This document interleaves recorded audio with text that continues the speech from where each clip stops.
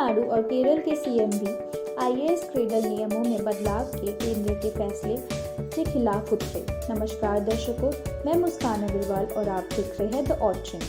IAS cradle नियमों में बदलाव के विरोध में तमिलनाडु और केरल सरकारें भी उतर आई हैं।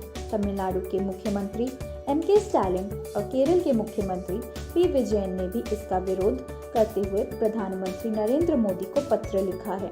पश्चिम बंगाल की मुख्यमंत्री ममता बनर्जी ने भी यह मुद्दा सबसे पहले उठाते हुए पीएम मोदी को पत्र लिखा था। उनके बाद राजस्थान के सीएम अशोक गहलोत और छत्तीसगढ़ के सीएम भूपेश बघेल ने भी आवाज उठाई है। केंद्र सरकार ने आईएएस अफसरों की प्रतिनियुक्ति को लेकर भारतीय प्रशासनिक सेवा के नियमों में बदलाव का प्रस्ताव रखा है। स्टालिन ने पीएम मोदी को भेजे पत्र में लिखा, आईएएस क्रेडल की इन नियमों में बदलाव से देश की सांघिक ढांचे की राजनीति और राज्य की स्वायत्तता की जड़ों पर प्रहार होगा। स्टालिन ने आगे लिखते हुए कहा, प्रस्तावित बदलाव से सरकारी संघभाव की भावना को कभी न भरने वाला नुकसान पहुंचेगा, जो केंद्र और राज्यों के बीच शक्तियों के बंटवारे में अहम भूमिका निभाता है।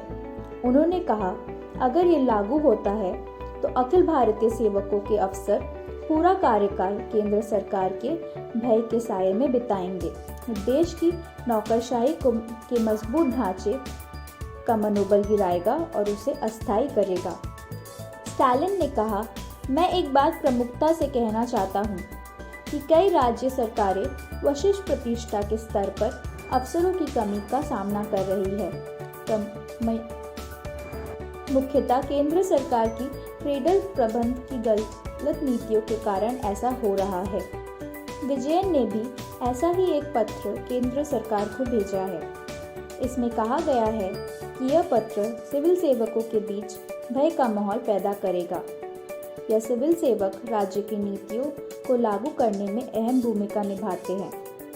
केरल के सीएम विजयन ने यह कहा कि मौजूदा प्रतिनियुक्ति के नियम पहले ही केंद्र सरकार के पक्ष में काफी ज्यादा झुकाव रखते हैं।